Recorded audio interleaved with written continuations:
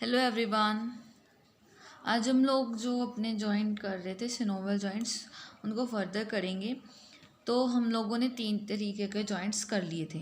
एक हमने प्लेन किए थे हिंज जॉइंट एंड लास्ट पे हमने किया था पिवॉइड जॉइंट, जिसमें हमने अगर हम जो प्लेन जॉइंट्स की बात करें तो उसमें हमने देखा था कि जॉइंट कैसे होंगे। एक तो प्लेन सरफेस के बीच में होंगे और एक चीज़ कॉमन हमने देखी थी कि वो जनरली क्या होंगे, उसी एरिया के जैसे कार्पस की बात करें तो कार्पस में ओवरऑल एक कार्पस जो है उसमें 8 कार्पस होते हैं। तो वो सारी की सारी जो कार्पस की बोन होंगी, वेस्ट बोन जो है सारी की सारी उनके बीच में जॉइंट, जाने कि वो कहीं ना कहीं एक ही तरीके की बॉन्ड, एक ही पार्ट की जो बोन्स हैं उनके बीच में थे। जैसे आप इंटरमेटाटार्सस की बात करो, इंटरमेटाकार्पस की बात करो, तो जनरली क्या होएगा बीच वाले में थी। अगर हम उसके बाद हिंग जॉइंट की बात करें तो हिंग जॉइंट में हमने देखा था एल्बो जॉइंट, उसकी एग्जांपल देखी थी। देन हमने एंकल जॉइंट की एग्जांपल देखी थी और लास्ट पे उसमें हमने फ्लैंजेस की भी देखी थी कि फ्लैंजेस के बीच में जो जॉइंट है वो भी आ जाते हैं हमारे हिंग जॉइंट में। एंड लास्ट में हमने पिवट जॉइंट किया था। पिवट जॉइंट में हमने देखा था जो पिवट जॉइंट था उसमें हमारे पास जो हमारे वर्टिब्रा थे, वर्टिब्रा के जो एटलस सबसे पहली और एक्सिस दोनों के बीच में जो जॉइंट था, एंड देन हमारा जो रेडियस अल्ना था उनके बीच में जो जॉइंट था। तो उसके बाद हमारे आ जाते हैं कॉन्डाइलर जॉइंट। अब देखो सबसे जो यहाँ पे कॉमन आएगा, जो सबसे ज़रूरी है वो आपको एग्जांपल्स का पता होना चाहिए। ये आपको तब भी अच्छे से रिवाइज होंगे जब आप रिपीटेडली करते जाओगे। अब अपने जॉइंट को मतलब रिपीटेडली बोलोगे तो आपको ये इजीली लर्न हो जाएंगे। अब कॉन्डाइलर जॉइंट्स की अगर मैं बात करूँ तो कॉन्डाइलर जॉइंट, अब कॉन्डाइल वर्ड्स को समझ लेना। जो कॉन्डाइलर जॉइंट्स हैं, कॉन्डाइल का मतलब होता है कि वो भले ऐसा जॉइंट होएगा, ऐसा आर्टिकुलेटिंग सरफेस होएगा जहाँ पे कुछ ऐसे राउंड टाइप स्ट्रक्चर प्रेजेंट होगी। मीन्स वो स्ट्रक्चर जो होएगी ना ऐसी आपकी राउंड टाइप होएगी, ठीक है। तो जहाँ से भी बोन आर्टिकुलेट करेगी वहाँ पे आपको ऐसे राउंडेड स्ट्रक्चर्स देखने को मिलेंगी। तो वो आपकी कॉन्डाइलर जॉइंट्स में आ जाती हैं जनरली। तो अब देखो जबकि मैंने आपको यहाँ अभी बताया है कि यहाँ पे क्या होएगा कि दो जो बोन्स है जिन्होंने आर्टिकुलेशन करना है वो कैसी होएंगी, जिनके बीच में जो आर्टिकुलेशन सरफेस है वो थोड़ा सा आगे से राउंडेड होएगा, जो हम टर्म यूज़ करते हैं कॉन्डाइल इसी वजह से, ठीक है। अब देखो इसमें जैसे मान लो मेरे 2 बोन्स जो हैं जो एज अ मतलब थोड़ी राउंडेड स्ट्रक्चर में हैं, जिनके बीच में आर्टिकुलेशन होना है, यहाँ पे एक टर्म आ जाएगी मेल सरफेस और एक आ जाएगा फीमेल सरफेस। आई होप कि आपको ये टर्म अभी न्यू ना लगे क्योंकि मैंने इसको बहुत बार बोला है मेल सरफेस और फीमेल सरफेस क्या है, बट फिर भी रिपीट कर रही हूँ। देखो जो मेल सरफेस होएगा वो जनरली हम उसके लिए यूज़ करते हैं जो आपका जो आर्टिकुलेटिंग बोन का जो एरिया है वो बड़ा है। मतलब अगर हमारे पास 2 बोन्स हैं जिनके बीच में आर्टिकुलेशन होने वाली है और जिसका एरिया ज़्यादा होएगा वो बल, जैसे मान लो ये मेरे पास एक बोन आ गई, अब दूसरी बोन मेरी जो है उसका सरफेस ऐसा है, एक का ऐसा। अब ये कौन सा सरफेस आ गया, ये मेरे पास कन्वेक्स मेल सरफेस। अब कन्वेक्स इसलिए क्योंकि ऐसा है और मेल सरफेस ये भरा है इसके कंपैरिजन में। दूसरा ये कनकेव है तो इसको कनकेव फीमेल सरफेस बोलूँगी। तो यहाँ पे आपके पास 2 डिस्टिंक्ट कॉन्डाइल्स होंगे, एक को आपको कन्वेक्स मेल सरफेस बोलोगे जो कि फिक्स किस में होएगा, कनकेव फीमेल सरफेस के बीच में, जहाँ पे इसको कॉन्डाइल्स भी बोला जाता है। और यहाँ पे एग्जाम्पल मतलब जैसे टीबिया में आ जाते हैं।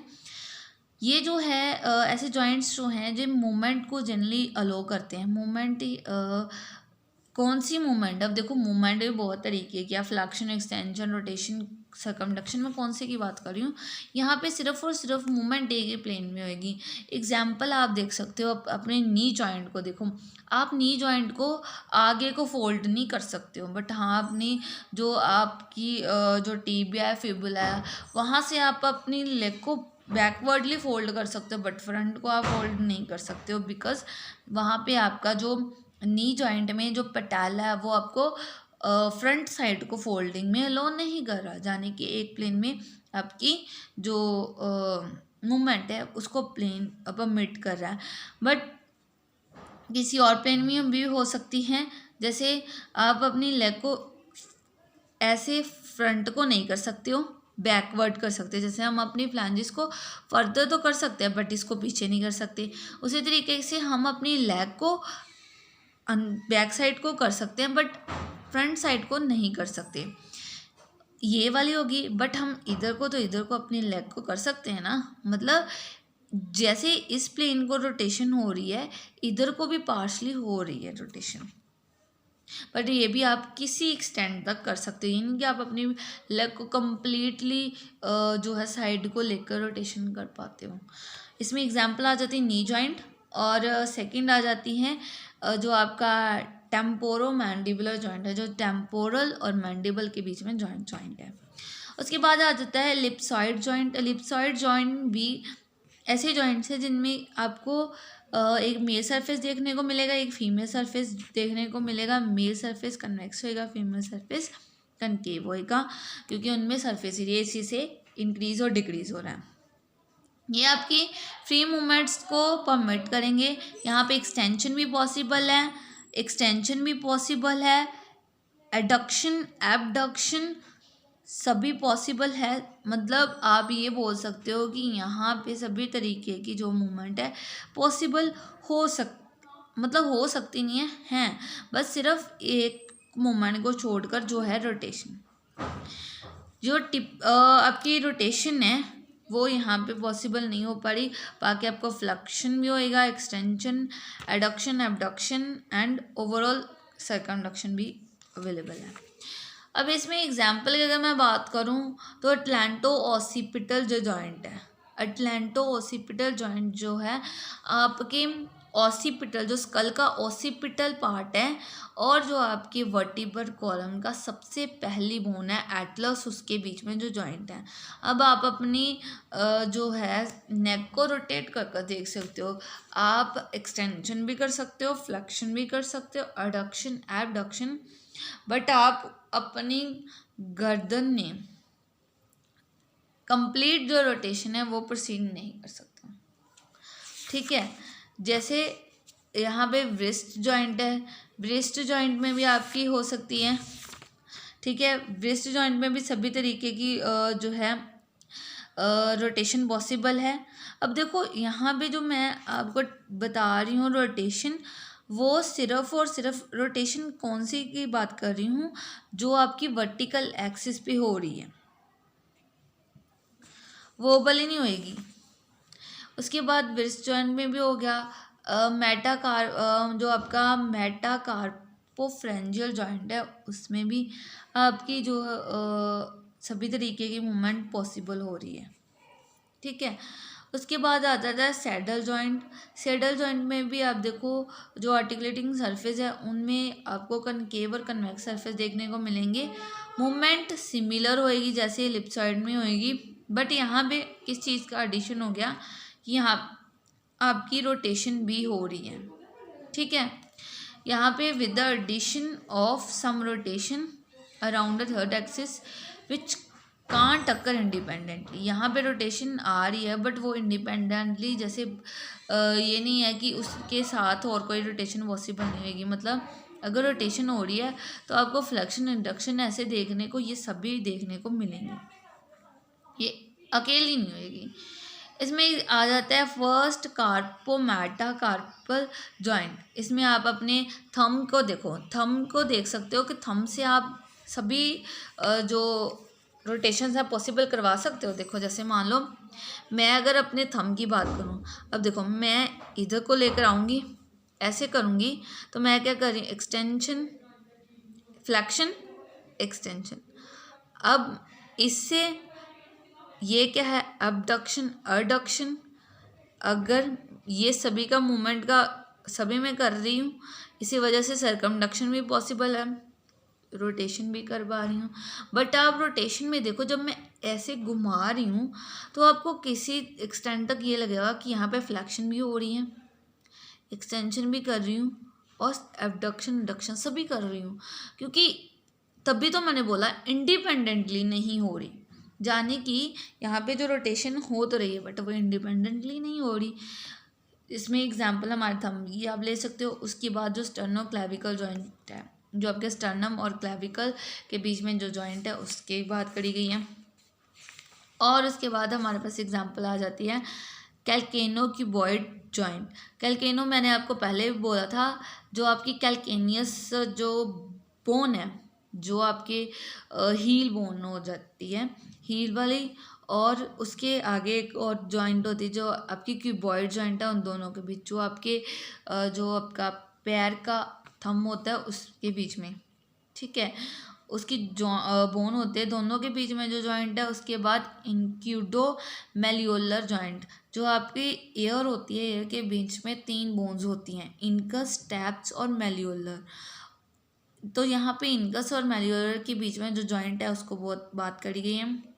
लास्ट पे फीमर और पटेला के बीच में जो जॉइंट है वो कौन सा जॉइंट है, आपका सैडल जॉइंट। उसके बाद बाल एंड सॉकेट जॉइंट आ जाता है। ये सबसे, इसकी वजह से सभी तरीके की मूवमेंट इसमें पॉसिबल होएगी और वो भी इंडिपेंडेंट मूवमेंट्स होएंगी।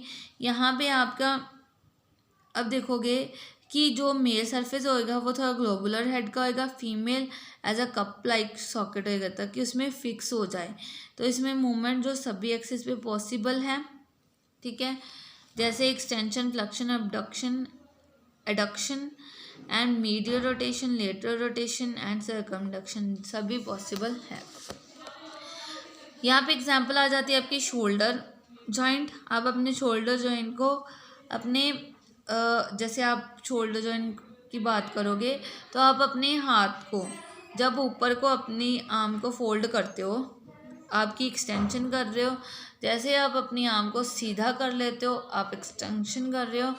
फिर जब आप अपनी आर्म को थोड़ा सा दूर लेकर जा रहे हो, एडक्शन, फिर पास, एबडक्शन, देन मीडियल रोटेशन। जब आप अपने एब्डोमेन पे हाथ रख लेते हो फोल्ड करके अपनी आर्म को, तो वो आपकी मीडियल।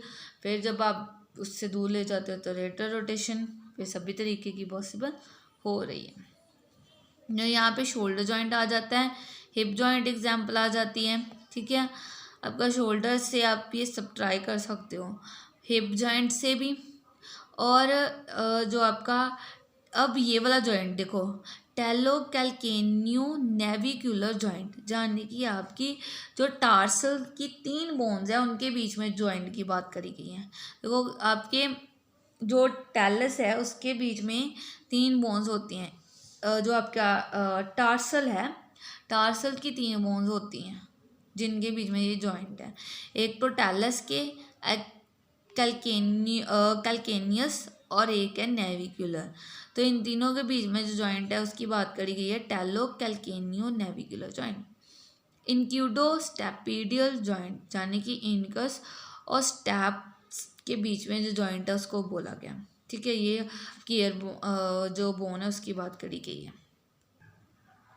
तो ये सारा ओवरऑल आपका कंप्लीट हो जाता है जॉइंट्स वाला। आपको बस यहाँ पे दिमाग में एक ही चीज़ रखनी है, कौन कौन से तरीके की मूवमेंट हो रही है, ठीक है। क्योंकि देखो आपका यहाँ पे कौन से जॉइंट क्या है, आपने ओवरऑल 7 जॉइंट किए।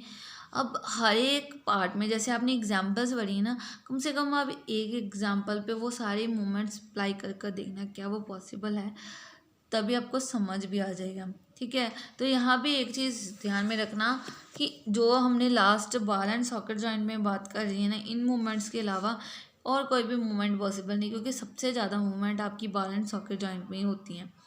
तो एक्सटेंशन हो जाएगी, extension, flexion, abduction, adduction, medial rotation, lateral, ये सभी, इसके अलावा कोई और नहीं होएगी।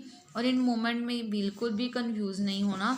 एक चीज़ फिर से बात कर देते हैं, जैसे मान लो एक्सटेंशन, ये मैं अपनी आर्म की बात कर रही हूँ। देखो मैंने जब अपनी आर्म को ऐसे फोल्ड कर लिया तो मैंने क्या किया, एक्सटेंशन। जब मैंने अपनी आर्म को स्ट्रेट कर लिया तो मैंने क्या किया, एक्सटेंशन। उसके बाद आ जाती है एबडक्शन। एबडक्शन देखो, एडक्शन जैसे ये मैंने अपनी बॉडी के पास यानी कि अपने एब्डोमेन रीजन के, जब मैंने अपनी आर्म को रखा तो वो मैंने क्या किया है, एडक्शन। जब मैं अपनी आर्म को अपनी बॉडी से दूर लेकर जा रही हूँ तो एबडक्शन।